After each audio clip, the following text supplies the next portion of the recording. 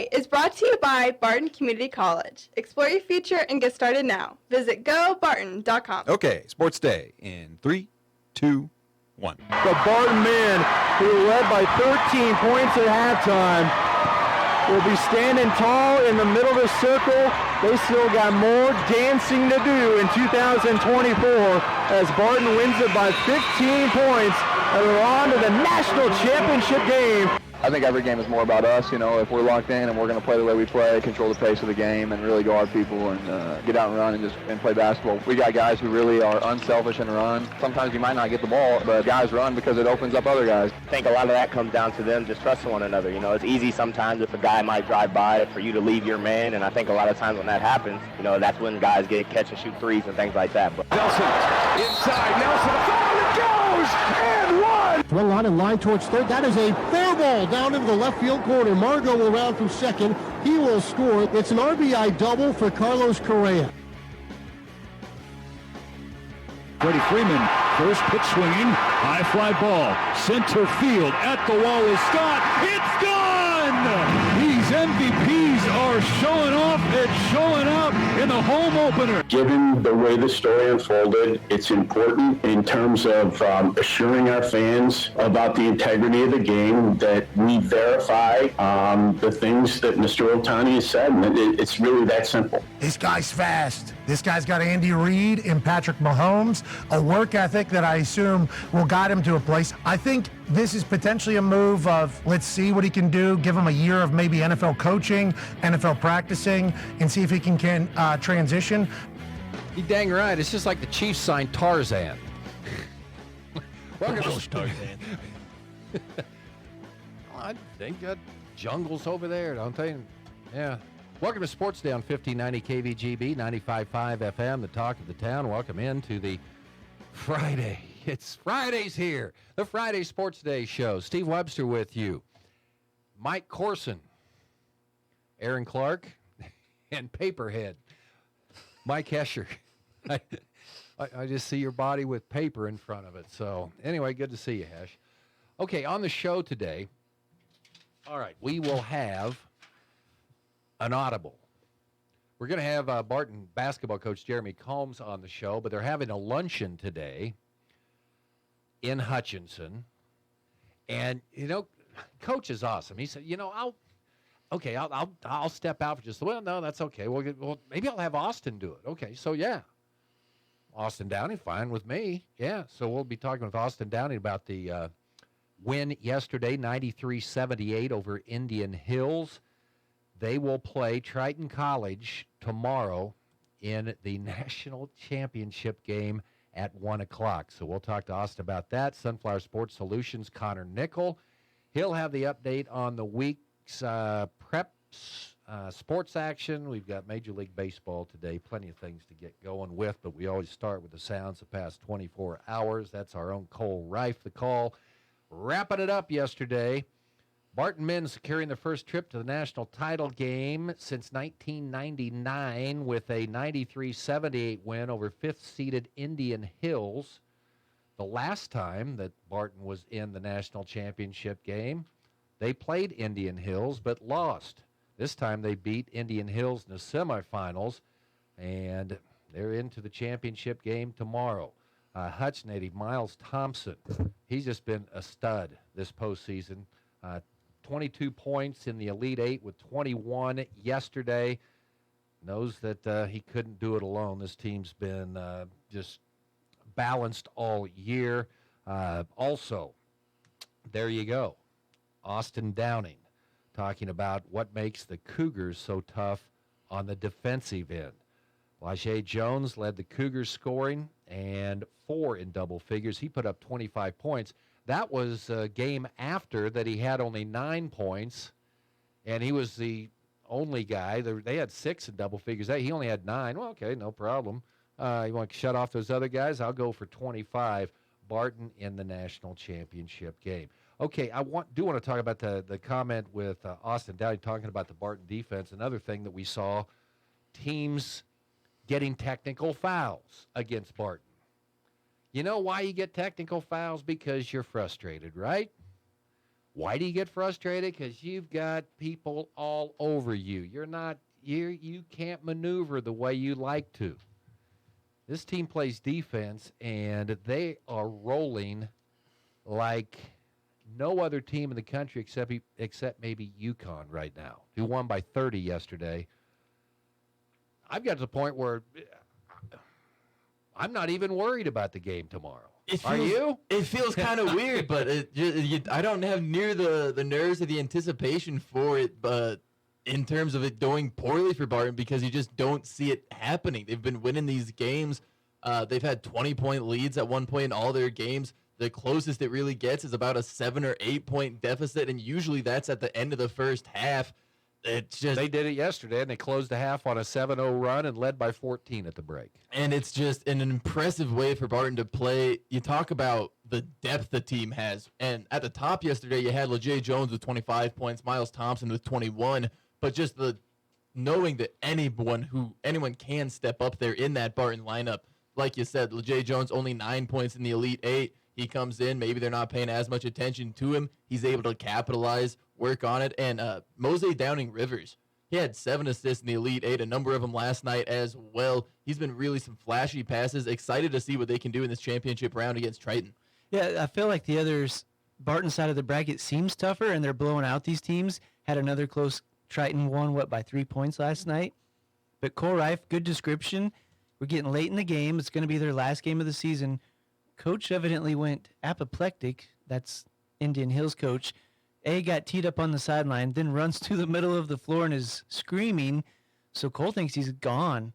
Honestly, Cole was surprised he didn't get tossed out of the game because he was staying near midcourt from the sounds of it. So let me ask you, so if you know the coach is trying to get kicked out, maybe he's trying to make a point or whatever, satisfying to not kick him out of the game? If you know specifically that he's sitting there trying to, I'd imagine, right? Like, that makes it a little bit, but it's all right. This guy's trying to get us to toss him, maybe motivate his team, show him he was going down swinging. Just get back to your sideline. We're not doing this. Just get back over there. I'm not giving you the gratification of walking out and getting people cheering at you. Well, if his team's, why should he get to go to the locker room and just get off stand the up. court? You're supposed to be the Enjoy responsible butt-kicking with your adult. team. Yeah. My other question, so it's interesting that they stayed in Hutch, was, okay, you got a day off. Do you break the routine at all and, come back, clean up the dorm room or anything, or do you stay in Hutch? No. Yeah. That's part of being there. I talked to Jeremy Combs about that yesterday. Everybody's together, man. You're on the same ship. You're going to eat. It's like going to the state basketball, which I don't know anything about. People have told me about it. Okay. I never got to experience that. But, you don't change anything. You shoot around, just enjoy each other, and that's the cool thing about it. This team does. Can I set the line on this? I don't know. College gambling's kind of in the hot seat right now. Well, okay, what you said it. Well, somebody said, how do you think they're going to do? And just because of the other set margins. an over-under on Leger. That's what I want to know. Well, and then I'll go ahead and then I'll talk to him, right? I got the over Barton minus 8.5. Just because it's a national championship game, I would expect Triton to be a little more competitive than these other schools. But frankly, I wouldn't be surprised if it was up 14-15. I love the fact they have a day off in between because it kind of levels the playing field, because that was Indian Hills. I believe that was their third straight night of playing. Barton is number 1 seed. It was just 2. But, yeah, you got a day off. Go enjoy it. I think for some other teams, being able to stay in the town with the tournament would be kind of a way to ensure no one does anything too dumb. Like if with some of the younger bunch, I don't know if that's necessarily a concern for this Barton crew because they seem like a mature, older group there. But I think, kind of like you were saying, they probably do just like having that time together. There's a lot of the guys have been in the program for a while, and it's just one last chance to really hang out with some guys that you've grown to call your brothers. The other thing I watch KSN every morning when I wake up. Tons of Barton attention. Jeremy Combs is on there, about every morning this week. Oh, yeah. They got the team coming out of the locker What room. happens when you get to national championship games? It getting becomes lots of a really recognition. big deal. Yep. It'll become even bigger if they can pull it off tomorrow. We'll talk with Austin Downing coming up on the show. NCAA tournament yesterday. The call on CBS. Grant Nelson converts a post bucket through contact then sank the free throw to convert the three-pointer. That put Alabama up 87-85 with 38 seconds remaining. They would go on to win 89-87 over North Carolina. So they now face 6th seed Clemson on Saturday for a berth in the Final Four. Tigers able to get past second-seeded Arizona 77-72 yesterday. UConn blew out San Diego State 82-52, and Illinois, and they can score, and they put up 72 on Iowa State, that was one of the best offenses in the country against one of the best defenses, and Illinois missed 15 free throws in that game and still scored 72. So they beat Iowa State 72-69. Fun fact about that matchup, it was, I believe, the 10th meeting between the Ken Pom #1 offense and Ken Pom #1 defense in terms of efficiency rank. Still pretty split even. That gave it 6 wins for the #1 offense to 4 losses for him, so a 6-4 split. Other fun fact, the NCAA tournament is still going on. This has been a lackluster year. You got Barton going, KU's out. It was easy to forget about this year. So I haven't. Well, I was like, is it Thursday? It's probably games on tonight, but didn't even think about watching. I checked out last weekend myself. So, yeah, haven't really. But other people are in it. So the South Regional tonight in Dallas, Houston against Duke. Yeah, okay, I found my new team. Houston from the Big 12 against Duke. Of course, you could take Marquette against Duke, North Carolina State against Duke, Purdue against Duke. Go Houston tonight.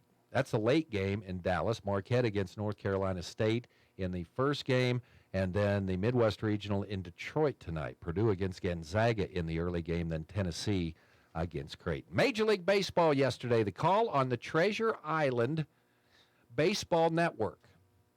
TIBN. I have been to Minneapolis, St. Paul. I do not know where Treasure Island is, but that's the television network that covers them. Carlos Correa, an RBI double. I gave the Twins a 2-1 lead over the Royals in the top of the third. Minnesota wins by the score of 4-1. Cole Reagans was great yesterday. 9 strikeouts, just 6 innings. He put one down the middle in the first inning, gave up a home run, but other than that, 2 runs, 5 hits, 3 walks, the 9 Ks, and Royals just couldn't solve Lopez for Minnesota. So the Royals get today off. Seth Lugo tomorrow against Twins right-hander Joe Ryan. We'll have it for you 2:30 here on KVGB. Yeah, the bottom 3 in that Royals lineup, I know Isbell had a hit, but kind of felt like a dead zone. So when you got past 6, it was like, well, here's a dead inning.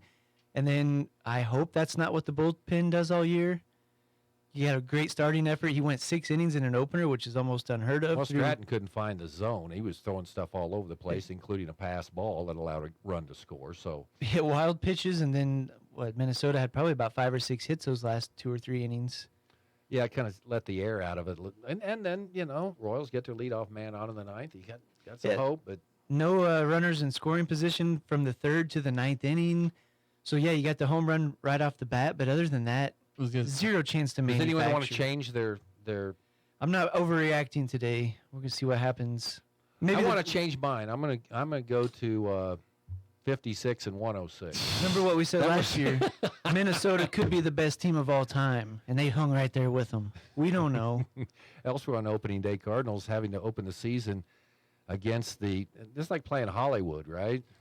Freddie Freeman, a 2-run homer. Shohei goes deep. Mookie Betts. Their stars came out. Hey, if the Dodgers don't win the World Series this year, but money doesn't seem to matter when you get the postseason. Remember the Arizona Diamondbacks? I forgot that Arizona was in the World Series last year. So MLB Network. So I was trying to get in the mood. I'm watching Harold Reynolds interview Shohei, Freeman, and Mookie Betts. So there's 4 guys in the interview. Yeah. Okay. Well, he's not a good interviewer to begin with, but. Well, I don't even think the Royals have 4 players worth interviewing. Oh, stop. That hurts. No, it was like the worst half hour of TV because none of them really said anything. They're just kind of oohing and ahhing over Shohei while he's sitting right in the middle of them. And then he evidently understands English, but he just doesn't talk much. Because he would engage, but he just doesn't say much. So it's kind of a... He's a smart guy. You figure that, No, I think he's playing... He chooses not to talk because it's clear that he understands it, and if he gets but it's kind of a fun team to cheer against for this year because they spent all the money, they got all the star power, Get out of here. Anytime you got a team pushing a salary cap like they are, they're doing what kind of wacky stuff they are with their salaries. And the best thing is they don't win it all the time. I was going to say, that's the fun part about baseball. You got to get hot at the right time. Baseball Commissioner Rob Manfred says he hopes the sports gambling investigation of the Dodgers star Shohei Ohtani will be short, but he isn't sure. Okay, and I understand if you're rich and you're a millionaire and you know, your buddy's screwing around with like $4 million of your money and you don't miss it.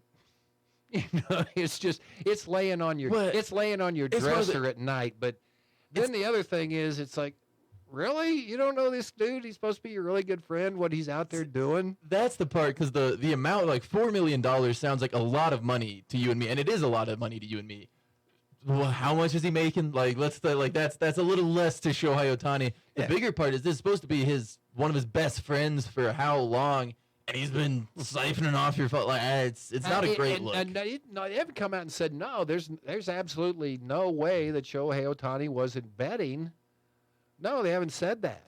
We're going to go through the event. Maybe they want to make it, bring some clarity to the situation. I'll say, even on my awesome salary, sometimes I go 2-3 weeks without checking what's going on in there. So when you got that much money, you've probably got a manager, and then you have people you allegedly trust around you. I do buy that it's feasible that he had no idea what was going on. But at the same time, if you're using somebody and they're using an app and they have a fake name, I don't know how Major League Baseball would figure out who was doing anything. Sometimes it can be traced to devices. Maybe old Ipe or whatever his name is was, Tony kind of thought that, dump, why don't you put like 500,000 on this? I don't know. Because you can't understand, maybe he's telling him in the dugout, to go place a bet for me, but no one knows. You bet on the wrong This isn't team. over yet. Pat McAfee on the Pat McAfee show. Tarzan. Are they having a press conference for Tarzan today? Oh, I sure hope so. Luis Rees-Zammit. Do you see the pictures of him? That's what I was gonna say.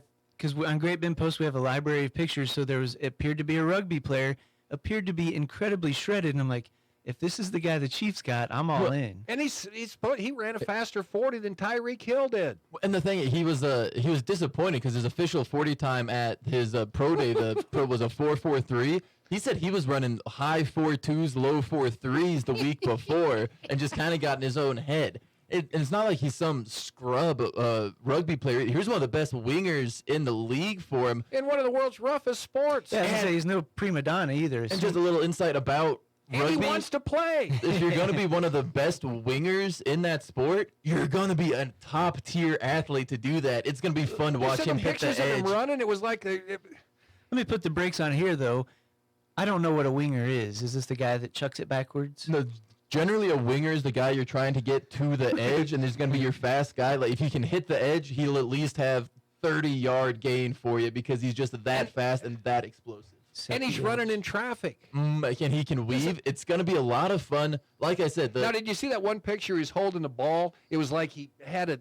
It's going to be interesting watching ball security because the rugby ball's a lot bigger and it has a little more texture but on did it you see than these a football. catches he's making, jumping up in the air with one hand and bringing it down? It's going to be fun watching him just get on the field. No one in the NFL is going to hold him up so he can make that one-handed catch. Another rugby, they have that little formation where they hold each other up on the inbounds. One thing I do think is really interesting about it, the contract he got from Kansas City. It's a 3-year deal with some money guaranteed and a signing bonus. I'm just saying that's not the kind of thing you give to a player you don't believe in. I think he's going to be a legitimate weapon for him it this doesn't year. count against your salary cap. Exactly. It's just. Isn't it? Do we still know the total amount though for 3 years? Then I'm just I curious don't care what what you pay they're a guy giving with him. no. I have not seen I've just seen 3 years with some fully guaranteed and a signing bonus. Man, if that's what Tarzan looks like, just think what Jane looks like. Taylor may have some competition in the press box next year. Holy smokes. That was... All right, we need to move on. We'll come back. Good seeing you. Thanks for wearing that state track meet thing. I'm glad you finally got the story up about Great Bend track and field on Great Bend Post. I will throw out because that came out late after Aaron's. You do more stuff and then people will say, well, I went, oh gosh. Cooper Oma, we were waiting for his debut. Triple jumps 43-3, won the only boys gold. So he's going to be up there in 5A when we get some good 5A rankings going. I knew awesome to see. We knew he was a crazy athlete, and I was thinking it might be, like when he was a junior, we'd really start to see him pop in the track and field events, but he might be athletic enough now as a freshman to really turn some heads.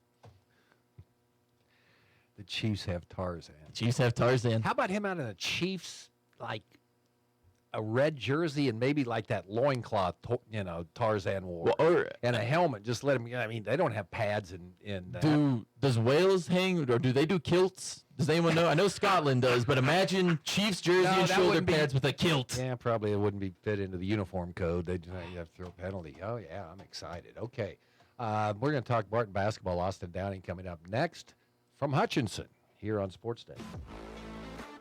Introducing Ag Mechanics at Barton Community College in partnership with Case New Holland Top Tech. Hands-on training in areas like electrical, hydraulics, and diesel engines, with technicians gaining the knowledge and skills needed to start a career with CNH Level 1 training. Join this high-demand field at a CNH dealership in only 9 months. Now enrolling for the fall semester. Learn more at toptech.bartoncccc.edu. Community bankers should actually know your community. Hi, I'm Sean Powelson, president of Your Local Equity Bank. As someone who lives here, I know many of you and I know what's important to you. I've been in the industry a long time and I've helped many navigate through financial challenges and lead them to financial opportunities. I believe that people bank with people, so I'd like to invite you to stop by one of our region's 5 locations and meet our friendly, helpful staff. Let us show you our commitment to serving you and our communities. Because at Equity Bank, we're right here beside you. Member FDIC. When it comes to car maintenance, it's good to know a local guy that can get things done. The Eller family has been in the auto repair business in Great Bend forever. Greg Eller continues that long tradition of helping people. Eller Automotive Repair specializes in wheel alignments, oil changes, and general maintenance for all makes and models of cars and small trucks. Open 8 to 5 Monday through Thursday, 8 to 4 Fridays. Eller Automotive Repair at 915 Morton, right behind Great Bend Appliance, Furniture, and Sleep Source, 10th and Morton. Extend the life of your equipment with the best warranty program and risk management tool in the agriculture industry. The Cenex Total Protection Plan covers new and used equipment. Receive up to 10 years or 10,000 hours of engine coverage when you use Cenex Ruby Fieldmaster premium diesel fuel and synthetic lubricants. With no deductible, the Cenex Total Protection Plan provides unmatched coverage to give you the power you need to keep your business running like a well-oiled machine. Contact American Plains Co-op Fuel Department in Great Bend, your certified Cenex distributor, today. It's time to talk Barton Cougar basketball with the head coach, Jeremy Combs, on 1590 KVGB and 95.5 FM. Well, it's not Jeremy Combs today. He's at a luncheon, and probably Austin Downing, his assistant coach, was at the same luncheon. So I hope Austin got all his food eaten before he's going to join us here on the show. He'll be checking in here in just a moment. I want to remind you that our show brought to you today by American Plains Co-op Bulk Fuel Department, your certified Cenex lubricant dealer in Great Bend. Also by Nextech Wireless, Experience Wireless, built by Kansans for Kansas. And also in part by Venture Corporation, reminding you to help a neighbor shop local when you can. Austin Downing joining us here on the Coach. I hope that you got all your meal eaten. I'd hate for you to drag you away from the banquet. Oh, no worries. I got a quick plate before I stepped out, so I'm full. Don't worry about that. I'm gonna eat. You know that. Well, tell me about this banquet they're having here today. So, what's going on in Hutch right now? Oh, well, they had some people sponsor from the community, and so they had both teams. So us and Triton are down at this hall, and they fed them, and just both coaches talked. The guys got to see, get a visual of the national championship trophy and things like that. And so it's a pretty well organized event up there, and I know the guys are excited, and I think it's just giving them the chills for tomorrow. So, so Austin, do they have the tables facing off against each other? Or they kind of have us. They kind of have us on separate sides. Okay. They kind of sent us. They sent us through the lines, table by table. Okay. And so I think they try to eliminate as much interaction as possible. But hey, we can keep it calm for now. But tomorrow it'll be a different story. Yeah, I'm glad there's someone who's not saying, well, we need to make sure that everyone likes each other. So we'll have a player sit by one player from one team and the other team. Yeah, I guess do what you got to do, right? I guess let's everybody's got to get along. All right, Yes, sir. Austin Yes, sir. Downing with us right now, Coach. It's great to have you on the show today. Congratulations, another win last night, 93-78. You just keep winning these double-digit games. Tell me about the last part of that first half, that 7-0 run that they'd been getting closer to you, and then you just pull away and you got a 14-point lead or 13-point lead going into halftime. Yeah, I think that goes back to our leadership. I think we have guys who understand that every possession matters. So I think sometimes we get a little loose and we play a little goofy sometimes, and I think we've really taken a big step of now if you want to win a national championship, you have to execute down the stretch. You have to take care of the ball, take good shots and things like that. And we thought that sometimes we might have forced something. But I think, like you said, those last 7 minutes, the guys really locked in on trying to get 3 stops in a row. That's kind of our motto defensively is try to get 3 stops in a row as much as we can. And we think if we can do that, we put ourselves in a position to win ball games. So, Northwest Florida State, you have 6 in double figures. The only guy that was Leger.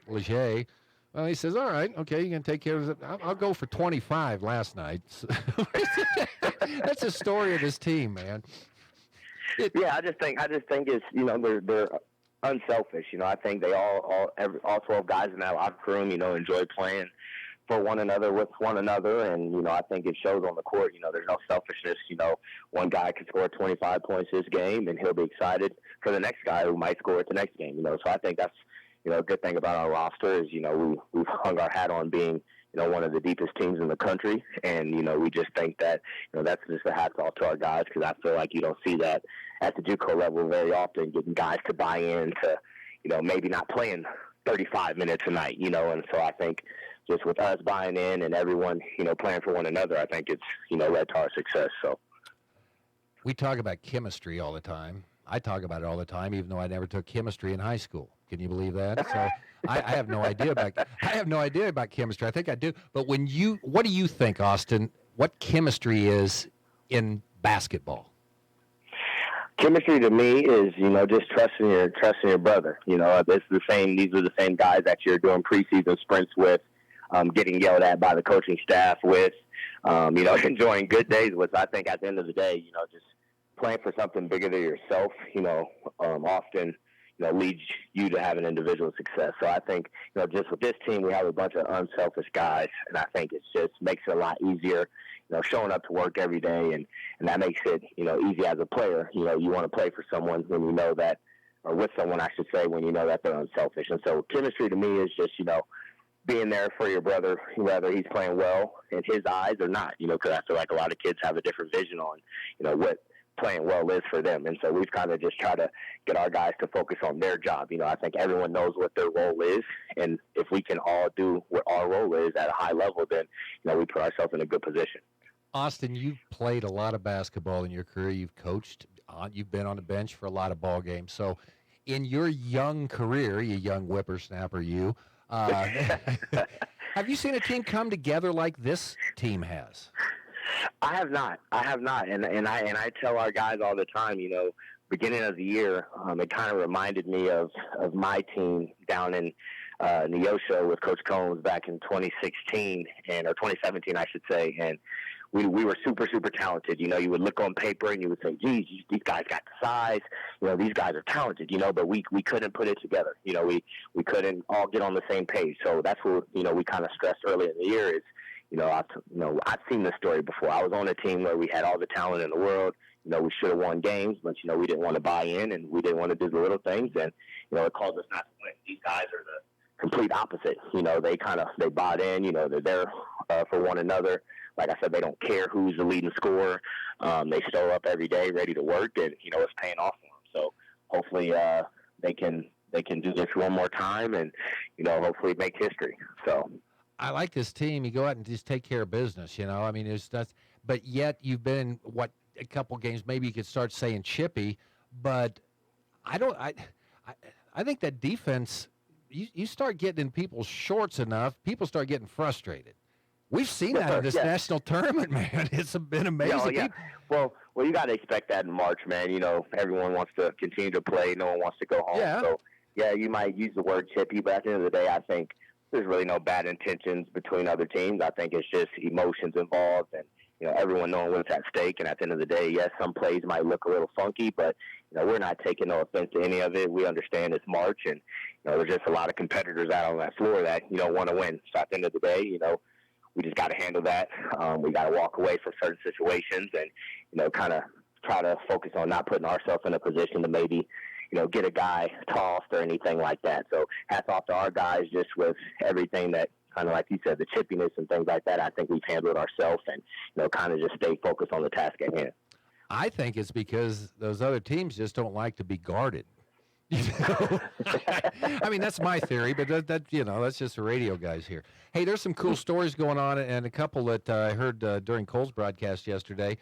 Miles Thompson, who's a Hutch native, went out to a grade school. Is that accurate? Yes, Or is sir. that, so tell me about that. So we we had an off day on Tuesday, and we thought it would be cool. We had some elementary school kids who sent us like goodie bags with notes on it and things like that before we had took off to come down this way for the tournament. And so we just thought it'd be pretty cool to get out there, see those kids, you know, kind of let them know that we appreciate what they did for us. And, you know, we just like getting in the community. You know, we've been to tons of elementary schools and things like that in Great Bend. And so the fact that we got to do it where, you know, Miles went to school was pretty awesome. You know, we walked in, they had little pictures of Miles. And so the guys, you know, obviously enjoyed that.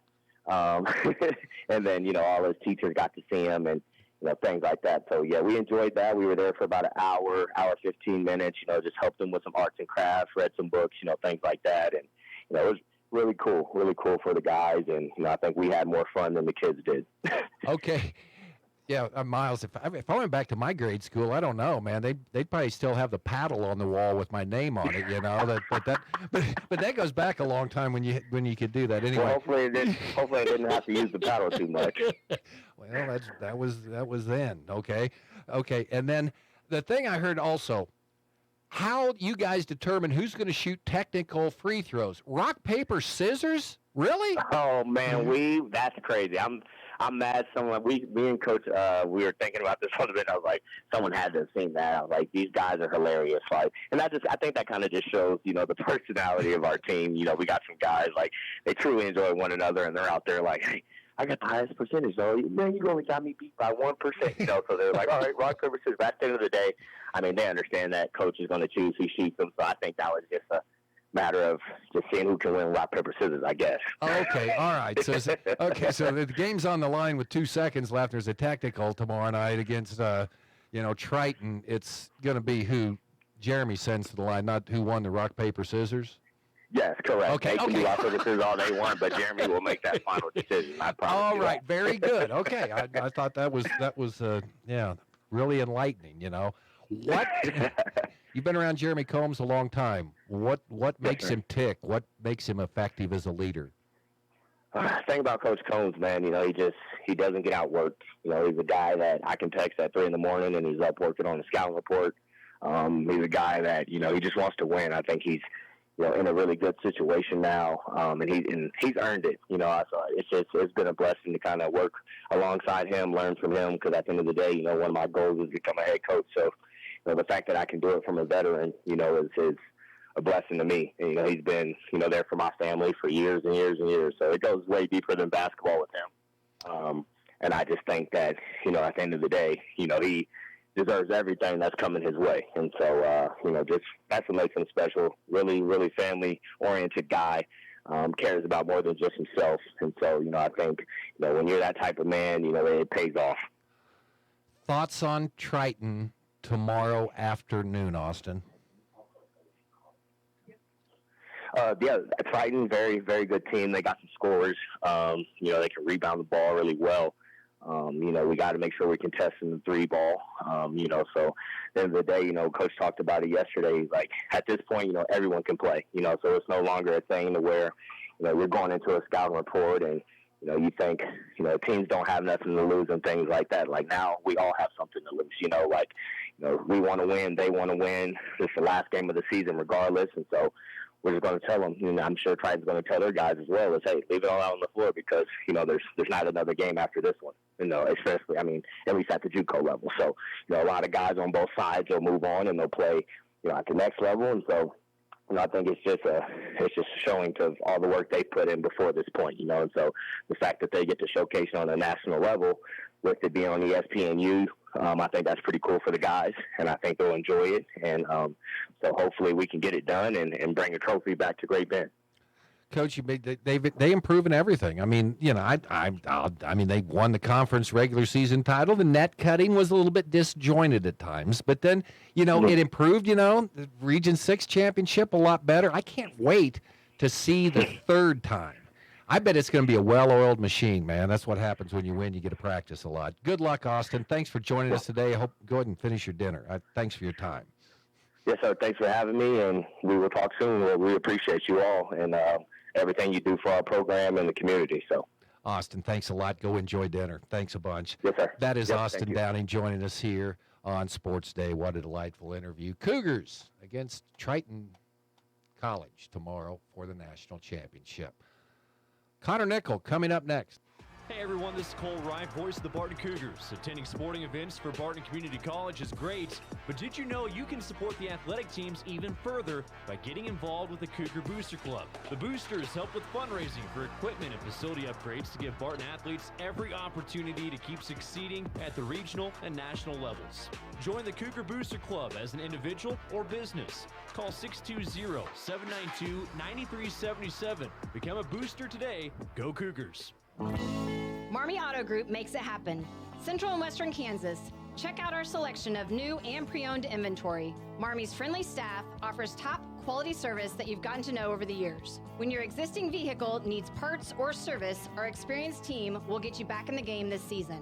Marmy Chevrolet, GMC, Ford and Chrysler, Dodge, Jeep Ram, parts, service, and body shop. Visit Marmy Auto Group on 10th Street or marmys.net. Marmys make it happen. Are you unhappy with your current wireless It's provider? Friday, Well, what are you? and that means game day in the Golden Belt. To help us prime the pump, Sports Day brings you Sunflower Sports Solutions, Connor Nickel. Connor Nickel joining us. Are you busy today, or what's going on, man? Yeah, we had the weather, all the bad weather earlier in the week, and so schools are off today, so having some morning practice, and for not only high school, but also youth teams, and just getting everything going. So what are you coaching this spring? Well, I am coaching. This has been great news, and actually some people in Great Bend have been kind of broadly aware of this. Keith Smith and the Hayes Rec staff and I have been trying to form Girls Flag Youth League for the last year. And we have a youth league. We have a Victoria team, a Rush County team, which John Webster is part of. I don't know if he's coaching the girls, but I know he's coaching a team in it. And then 2 Hayes teams. And so there's also the co-ed team league as well, too, which my daughter's playing in both. This is her 8th season of playing flag, and we've taken her to Salina for some things. And we're just really excited because this is the first girls' flag league. We'll play a week from Sunday. The first girls' flag league from what we can tell, west of Topeka to be in Kansas. So kind of a really cool thing. So where does this lead? We saw the explosion of girls wrestling. Is this the next sport that we're going to see? Yes, I truly believe so.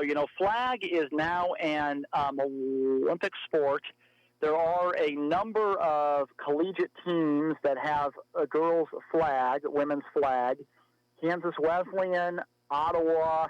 Ottawa actually won the national championship a couple years ago. Katie Sowers and Liz Sowers, their sisters, are the coaches. And some of you would remember Katie Sowers because when the 49ers played the Chiefs the first time around in the Super Bowl, 4 years ago or so, Katie Sowers was on staff for the 49ers as a quality control coach. and she was the first woman, of course, to be on an NFL coaching roster. Well, after that year, she left, and she moved back to Kansas, where she is the Ottawa assistant with her sister. And so Ottawa has a fantastic program. Kansas Wesleyan is really good. They've been well over 500 now for a couple of years. Pratt now has a team. St. Mary has a team. And then there's a number of colleges in the kind of bordering Kansas that are generally smaller private schools that do. And then it's been, again, the number one growing sport in America for girls, kind of like girls wrestling was several years ago. Colorado, Steve, sanctioned this as a high school sport. They did a trial run the year after COVID, and the numbers were fantastic, very similar to Kansas and girls wrestling. They sanctioned it the next year, and the numbers tripled. And so it's been a huge, huge thing, and it's been just been a great, great sport, quite honestly. Have there been any conversations at Acacia about this? A little bit, and we're hoping more. St. Thomas Aquinas had a team last fall that played some Missouri schools and some Kansas schools.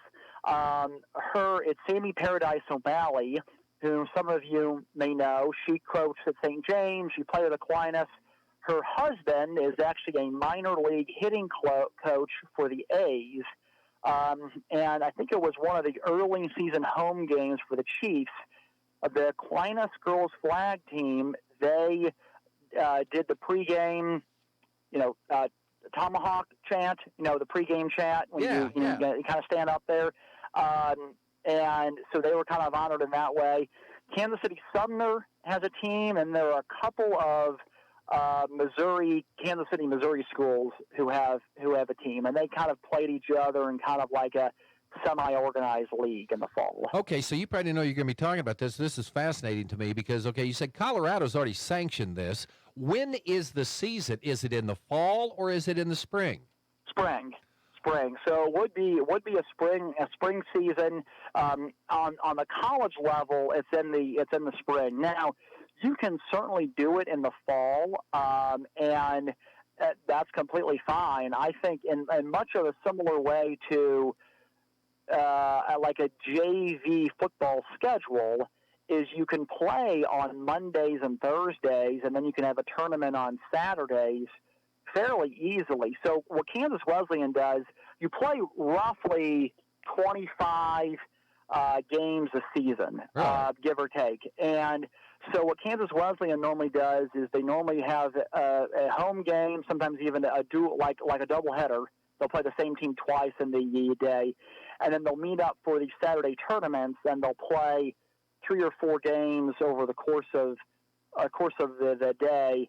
And then normally the national championships have been at the Falcons Stadium in Georgia. And so you play at the Georgia Dome. There was actually Arrowhead Stadium is hosting a combine for 7 through 12 girls that's coming up later in April. And a kind of a neat thing, a couple of years ago when my daughter went to the Kansas Wesleyan camp, there was a great athlete from Buhler there, and she was a starter in multiple sports, maybe lower tier all league, but not good enough to play in college. Well, her brother is an offensive lineman at Kansas Wesleyan, and Kansas Wesleyan identified her as a great flag player, and they offered her on that day. And she's very, very strong, and that was going to be her best opportunity to not only play a sport in college, but pay for college. And so you've had some of those nice things occur as well too.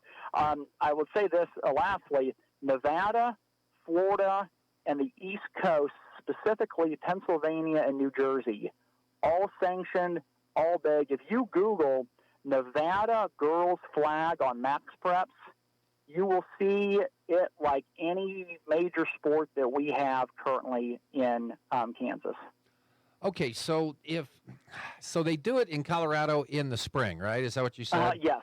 Okay, so I'm just thinking about if this comes to Kansas high school, we've got too many sports right now for some schools. I think. I mean, this is another hit for track and field, probably, don't you think? I mean, it's just kind of like baseball is. It takes away from track and field. Now, this would be another and plus high school soccer. I don't know. It's, you know, you only have so many athletes. Kind of asked me, and they've said, well, what season's best? And I said, really, honestly, the fall or the spring works. And quite honestly, this is kind of, I throw this out to people. You can actually do it in the winter if you have cooperation from some of the indoor facilities, because the field is not as long, or it doesn't have to be as long. Right. So, for example, in the youth games, including the end zones, it is a 60-yard field, and then it's 40 yards across. So it's smaller than an 8-man field. Okay. And so you can conceivably do this. I'm thinking like at the Salina indoor facility, even the Hayes indoor facility. It'd be kind of tight there, but it could be playable. So some of the indoor complexes, the multi-turf indoor complexes, you could do it in the winter if you really had to, but you could do it in the fall without much issue. And I completely agree that would allow some kids to do other things and not spread schools so thin. Yeah, because then, okay, you go in the fall, okay, now you got volleyball that you're affected. I don't know. So how long are the games? I mean, do you kick? I mean, I'm sitting there. Yeah, certainly. So there's no kicking. There is punting. But the first down is kind of, it's a little bit different where you have to go longer for a first down. I would say the rules that you see in six-man and the rules that you see in flag are very, very similar. So this is my eighth season coaching flag. We've done well. And a lot of the plays, when I watch a six-man game, a lot of the plays they run are plays that I run too. Now, in flag, there's no blocking, but there is a screener. They have a certain type of padding they wear, and you can screen. But other than that, there's no tackling. But it is a very, very fast-paced sport. And again, it's been a really, really fun sport too. How many referees are there? Generally, there is 3. I've been reffing in Hayes now for 4 or 5 seasons. In the Hayes, you normally have 3. You normally have the white hat. You normally have the white hat in the middle, a line of scrimmage official, and then normally the other sideline official. And if you can have 4 officials, that would be great. But you can do it with 3. Okay. All right. Connor Nickel joined us now. I did not think we'd talk about flag football, but it's a great topic today because obviously it's coming on. I see it happening on the junior college scene here. It already is. Barton hasn't got it yet, but we have every other sport, so I can see that coming on here pretty quick. One thing I did want to talk about, we'll switch gears here a little bit. What's the feedback you've got from coaches, administrators about the shot clock? It's a great concept, but some of the smaller schools, that's a hit for, to put in shot clocks. It's not cheap. You got to do it at 2 different gyms, I guess, if you're going to host JV games. What's the feedback that you're getting? Yeah, and the biggest hurdle, I think, is that some coaches are very much against it. Some coaches are very for it. Again, I think that when you look at several thousand games over the course of the season, things average out. But again, in the big games, that's when you see the stall ball show up, and that's when you see it when people are not happy. And we've watched a lot of March Madness the last couple of days. How much would some of those games have turned if the other team could have stalled? I even think of on the women's side, the Iowa-West Virginia game. I mean, West Virginia is tied with Iowa with 2.5 to play. And I'm thinking if I'm a high school team, I'm not letting Caitlin Clark have the ball very, very much anymore. But obviously in college, you can't have that. And then obviously Iowa had enough possessions to score enough times and then go on and win. Some of the men's games, I think of the Houston-Texas A&M game. Texas A&M was down, double figures with a couple minutes to go, comes back and ties it because it has the shot clock. it definitely would change a lot of games. I think just change sometimes is hard for people. But I completely agree that when you have two gyms, which a lot of teams will, you're going to have two gyms having all of the manpower and all that for the shot clock is going to be key. Yeah, and I mean the Western Athletic Conference is going to do it next year. I mean they've already moved on with that. They're going to have that. But, what about guys out there in Northwest Kansas or even the Central Prairie League? That's not going to happen next year. So it's kind of weird that we're pushing forward a rule that we don't know everybody's going to be able to participate in the future. That's the only thing. I think, shot clock, that's great. Let's do it. But yeah, I think some of the WAC people are being proactive, knowing that this is probably going to happen. A little bit like girls wrestling, trying to get out in front of stuff, which I think is a very good idea. Just in general, on average, I think I've told people this. On average, a high school possession is about 21 seconds, based on all of the stats that I've done. So people say, well, you don't need a shot clock for that. But then again, in big games when there is some stall ball, I think that's a good idea. So, could you have it just for postseason? I think so. I know a lot of coaches would not be in favor of that. My teams have generally played very quickly. We averaged in the junior high, because I track all this stuff, we averaged about 53 possessions a game. And again, a junior high game shorter. So, you extrapolate that to high school, you're in the 60s, which would be higher end. But I know that not every team plays that way. So some teams are like, well, we don't want to play two different styles. I think you could do it in the postseason, but again, certain teams, a team that plays slower but's done very, very well is actually St. Thomas Aquinas Girls, who is actually one of the very slowest playing teams in Kansas. They're very, very efficient. There are going to be certain teams that are going to say, hey, no, this is not something that we agree with. So the states look at at 35, is that going to be the... To my knowledge, yes. Yes, okay. Because and you get up to the postseason games or championship games, there are teams that are going to be able to hold on to the ball for 35. There's a lot of teams. Let's face it, Connor. 35 seconds without turning the ball over is like that's a big factor. I don't know if that's going to be a big thing when you get to state tournament play, but that's going to be something that's very interesting to watch. Anything this week catch your eye with softball or baseball? A lot of teams, Monday, Tuesday is kind of when everything starts. Really interested to see out of the gate the pitchers with the dominant arms, the dominant senior laden arms, Hoisington, Haven, Holcomb, the big H's, Hayes High, who's going through some injury there, but Riley Dreyer is a terrific player. How are they going to be out of the gate? Even in Great Bend, Macaulay is a nice player. Great Bend's got some other good pieces back. The softball, there's very, very. We've only played twice. There's not many games before Easter weekend, and now because of where Easter falls earlier, starting Monday, most teams are going to play 22 to 26 games in about 45 days. So it's going to be really interesting to see how teams react right out of the gate. Yeah, Great Bend picking up a couple wins yesterday. Softball down, and they swept Hutchinson. So Lady Panthers 4-0.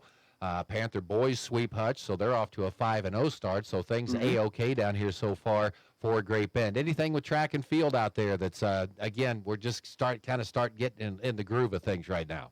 Yeah, a lot of people will open up on Tuesday. I know that Russell had a smaller meet.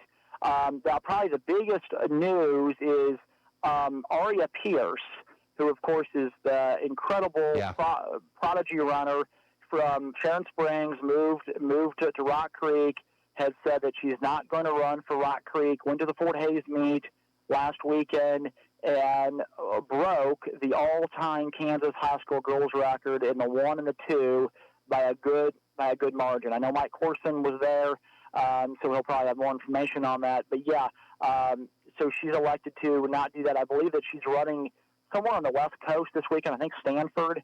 Of course, she won that race against, again, college girls, and she is a ninth grader. So her goal is to run in the Summer Games in 2028. I mean, when we talk of somebody being the best ever, we said this about Emily Ryan a few years ago. Aurelia Pierce is the new best ever in track. And she was from what? Sharon Springs, Sharon Kansas, Springs, man. Wallace County. That's where all the great sprinters in the world are come from, right? I guess. Exactly right. She broke the state record, but if she's not representing a Acacia approved team, she's running independent. Surely that still counts as a state record, doesn't it? Well, Acacia will not count it, but Carol Swenson, who is a longtime historian for 40-some years, great guy, he will actually count it as on his list. He will kind of italicize it, saying run outside of Acacia competition or something, but it will show up on his list. Okay, all right. Well, if Carol's got it on his list, you don't need to worry about anything else. It's just That's like right. I just wish I'd have set a record like Nolan Cromwell did in the 440 back in the day, and he'll always have it. So no one's going to beat Nolan Cromwell's 440 mark. Or, if you had like you were the state champ, all-time record holder in the ball throw. That's right. Those things that will not ever change. Connor, we'll let you go. Great discussion on fantasy baseball. I've got that on my mind today. It's day 2 of the season on flag football. Appreciate it. Sunflower Sports Solutions. Go check it out. Connor Nickel, the one and only. Thanks for joining us today on the fly, my friend. Hey, certainly, Steve-O. Thanks again. Okay, that's Connor Nickel. Yeah, I didn't know we were going there today, but hey, it was an interesting topic, and yeah, if it's coming, we'll probably see it again. Where does it fall? What other sports will it affect the numbers in that we've seen by adding some other sports? Sports Day today brought to you in part by Advanced Therapy and Sports Medicine. Get your life back. Equity Bank, your hometown sports partner. Visit one of their 5 local area banks in Great Bend, Larned, Maxville, and St. John. EquityBank.com. And also by Eller Automotive Repair, local mechanic that can help behind Great Bend Appliance, Furniture, and Sleep From Source. the Mail More Money Sports Day Management coming your way right Studios, after this. 1590 KVGB, Great Bend, and 95.5 FM K238CK, Hoisington. Are you unhappy with your current wireless provider? Well, what are you waiting for? Make the switch to Nextech Wireless. Not only will you get great service and the latest devices, but when you bring your number to us, you pay nothing down. That's right. The taxes and activation fee are on us. Certain restrictions apply. Nextech Wireless. Home on the range. Venture Corporation is a homegrown company with almost 50 years of experience in asphalt, paving, and construction, and they need equipment operators, mechanics, and CDL drivers. Venture offers many benefits, including 401k and Blue Cross Blue Shield health insurance.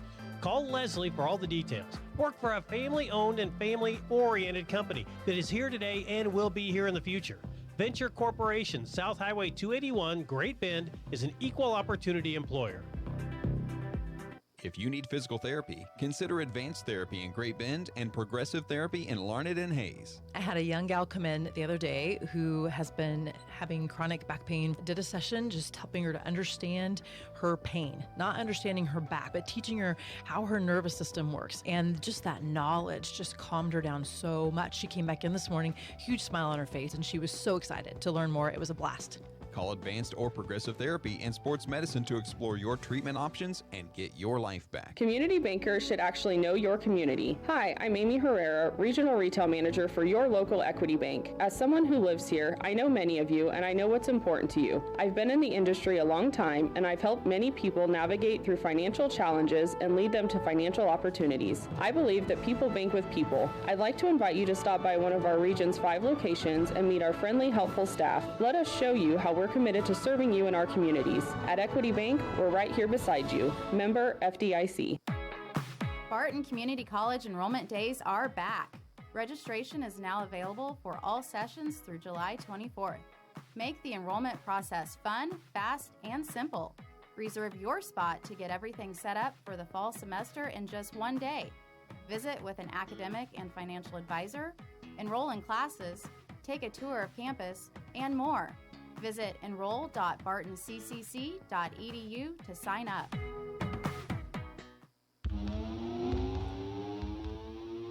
All right, that's it for Sports Day this week.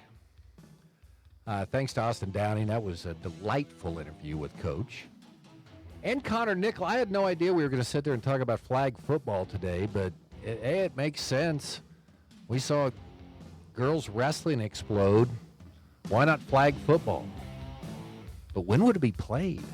You lose volleyball players in the fall. You lose track and field, soccer. And I don't know. It's not here yet, but he's already in Colorado. Good stuff with Connor Nickel today. All right, Barton Cougars, 1 o'clock tomorrow. You can hear Cole Reif on B1043 The Point. He'll have the call pregame at about 12:45, and you can watch it on ESPNU, and that may even be better to listen to Cole. See how it lines up as far as the delays and stuff. We'll talk to you Monday. Agriculture Today on